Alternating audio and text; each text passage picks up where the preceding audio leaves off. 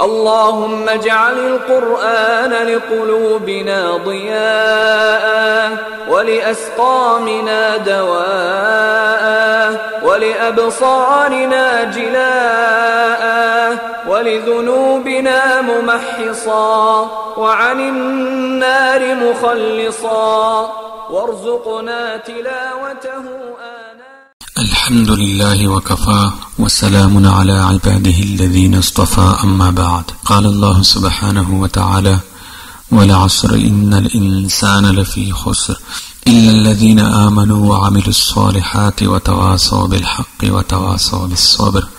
اللهم صل على محمد وعلى آله وبارك وسلم. میرے محترم بزرگوں اور دوستوں، آج دنیا میں ظلم کا دورہ ہے. ہر شخص ایک دوسرے کا مال اور اسباب ہڑپ کرنے کی چکر میں ہے. وہ سوچتا ہے کہ دوسرے کا مال دبا کر میں اپنی جائیداد میں اضافہ کر لوں گا، میری دکان ترقی کر جائے گی، میری کھیتی باڑی بڑھ جائے گی، میری بود و باش اور رہن سہن میں تبدیلی آ جائے گی.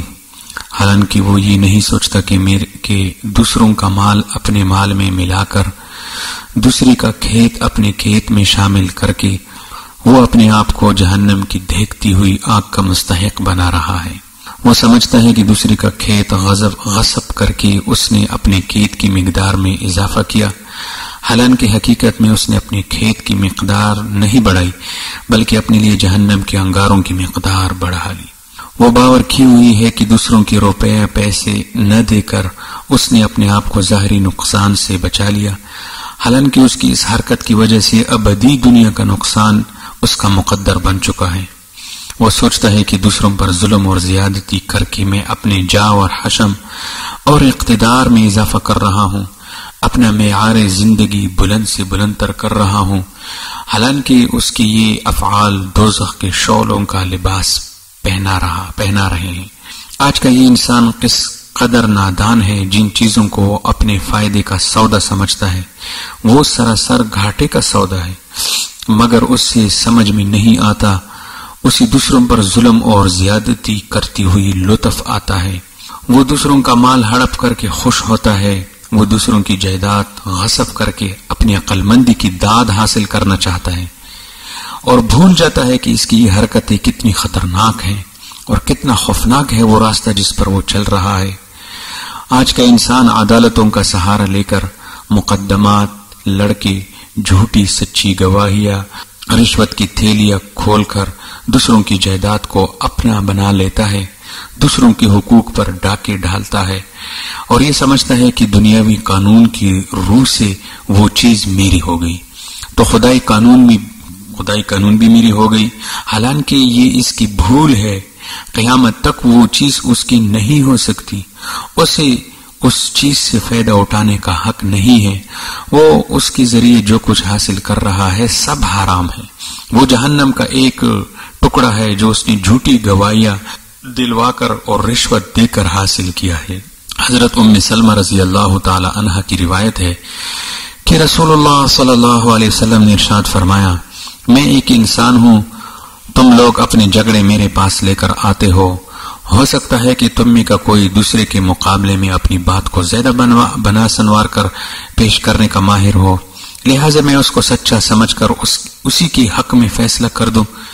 بس سن لو، جس کے لیے میں اس کے بھائی کے حق سے فیصلہ کر دوں تو وہ اسے ہرگز نہ لے، کیونکہ وہ جہنم کا ایک ٹکڑا ہے جو میں اسے کاٹ کر دے رہا ہوں.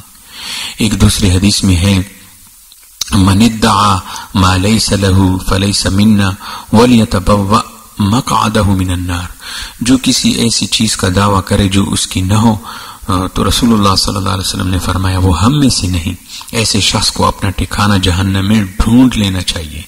یہ ظلم اور زیادتی اور دوسروں کی جائیداد پر ناجائز قبضہ کرنا حقوق العباد میں سے ہے، اور حقوق العباد حقوق اللہ سے بھی زیادہ خطرناک ہے.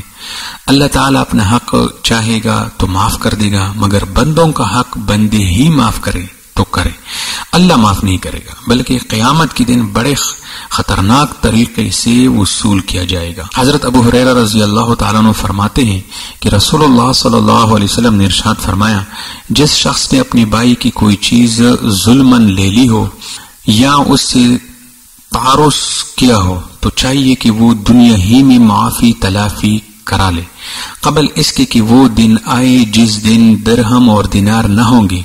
اگر عمل صالح ہوگا تو اس سے اس کے ظلم کی مقدار لے لیا جائے گا، اور اگر نیکیاں نہ ہوگی تو مظلوم کی گناہ ظالم کے اوپر لاد دیے جائیں گے۔ بھائیو، آج موقع ہے، ہم کو چاہیے کہ اس موقع کو غنیمت جانیں۔ ہم سے حقوق العباد میں جو کوتاہیاں ہوئی ہے ان کی یہی معافی تلافی کرا لے۔ ہم میں سے جس نے اپنی کسی دوسری بائی کی جائیداد خواہ وہ معمولی ہی کیوں نہ صحیح ظلمن لے لی ہو، وہ اسے واپس کر دے۔ اگر وہ بائی زندہ نہ ہو تو اس کے ورثاء کو دے دے، اگر بالفرض وارث بھی نہ ہو تو اس سے صدقہ کر دے، لیکن بہرحال اسے اپنے پاس نہ رکھے، اور اللہ سے صدق دل سے اپنی اس غلطی کی معافی مانگے۔ اللہ غفور الرحیم ہے، امید ہے کہ معاف کر دے گا۔ لیکن اگر آج ہم نے اس موقع کو غنیمت نہ جانا اور معافی تلافی نہ کی تو قیامت کے دن ہمارے یہ ڈھیر ساری نمازیں، روزے اور حج اور زکوٰۃ یہ جو ہے کام نہ آئیں گے۔ ہم خواہ وہاں نیکیوں کی انبار لے کر جائیں مگر ان سے ہماری خلاصی نہ ہوگی۔ ہماری یہ عبادات حقوق العباد کے سامنے بالکل بے حیثیت ہو کر رہ جائے گی، اور ہمیں بیار و مددگار چھوڑ دیا جائے گا۔ ہم اس دن ہم سے زیادہ بیچارگی اور مفلسی میں کوئی نظر نہ آئے گا۔ حضرت ابو ہریرہ رضی اللہ تعالیٰ عنہ سے مروی ہے کہ ایک دن رسول اللہ صلی اللہ علیہ وسلم نے صحابہ اکرام سے ارشاد فرمایا، اتدرون من المفلس، کیا تم جانتے ہو کہ مفلس کون ہے؟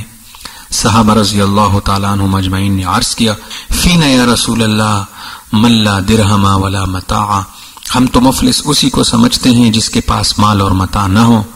حضور صلی اللہ علیہ وسلم نے فرمایا، میری امت کا مفلس وہ ہوگا جو قیامت کے دن بہت سی نمازیں، روزے اور زکوٰۃ وغیرہ لے کر آئے گا، مگر حال یہ ہوگا کہ کسی کو گالی دی ہوگی، کسی پر الزام لگایا ہوگا، کسی کا مال کھایا ہوگا، کسی کا خون بہایا ہوگا، کسی کو مارا پیٹا ہوگا، لہٰذا وہ بٹھا دیا جائے گا اور ہر شخص اپنا بدلہ لینے آ جائے گا۔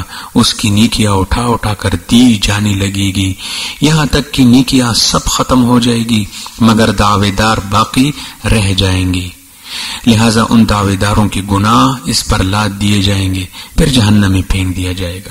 آج ہم غیبت اور چغل خوری میں لگے رہتے ہیں، ایک دوسرے پر طعن اور تشنیع کرتے ہیں، اتہام اور بہتان لگاتے ہیں، ایک دوسرے کو ستاتے اور نیچا دکھانے کی فکر میں رہتے ہیں۔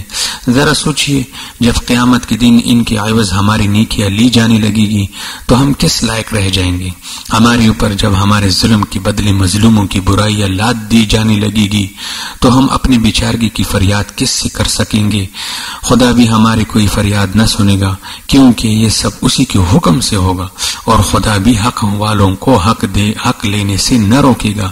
ان اللہ لا یمنع ذا حق حقہ، سچ بات تو یہ ہے کہ اگر وہاں بھی مظلوموں کو اپنا حق نہیں ملے گا تو پھر کہاں ملے گا؟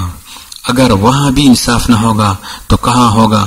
اس لیے حدیث شریف میں ہے، قیامت کے دن حقوق حقداروں تک ضرور بے ضرور پہنچائے جائیں گے، یہاں تک کہ بے سنگ والی بکری کے لیے سنگ والی بکری سے بدلہ لیا جائے گا، یعنی جانوروں تک میں مظلوموں کی داد رسی ہوگی اور حقداروں کو ظالموں سے حق دلوایا جائے گا۔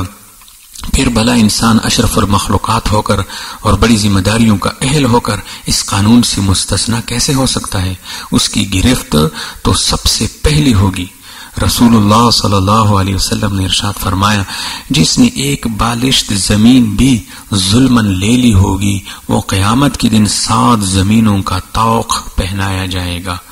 بزرگوں اور دوستوں، ہمیں ان وعیدوں سے ڈرنا چاہیے اور ظلم اور زیادتی اور حقوق العباد میں کوتاہی کرنے سے باز آ جانا چاہیے، ورنہ ہماری ساری زندگی کے اعمال اکارت ہو جائیں گے۔ قیامت کے دن ان اعمال کا ہمیں کوئی فائدہ نہ پہنچے گا۔ اس دن ہم جو ہے افسوس سے ہاتھ ملیں گے، مگر اس دن کا ہاتھ ملنا کام نہ آئے گا۔ اکبر الہ آبادی نے کیا خوب شعر کہے ہیں، وہ کہتے ہیں کہ وہ غیرت، وہ صبر، وہ ایمان ہے کہاں، حسن عمل کے دل میں وہ ارمان ہے کہاں، ایک غل مچا ہوا ہے کہ مسلمان ہے خستہ حال، پوچھئے ذرا کوئی کہ مسلمان ہے کہاں۔ وآخر دعوانا الحمدللہ رب العالمین۔ الليل وأطراف النهار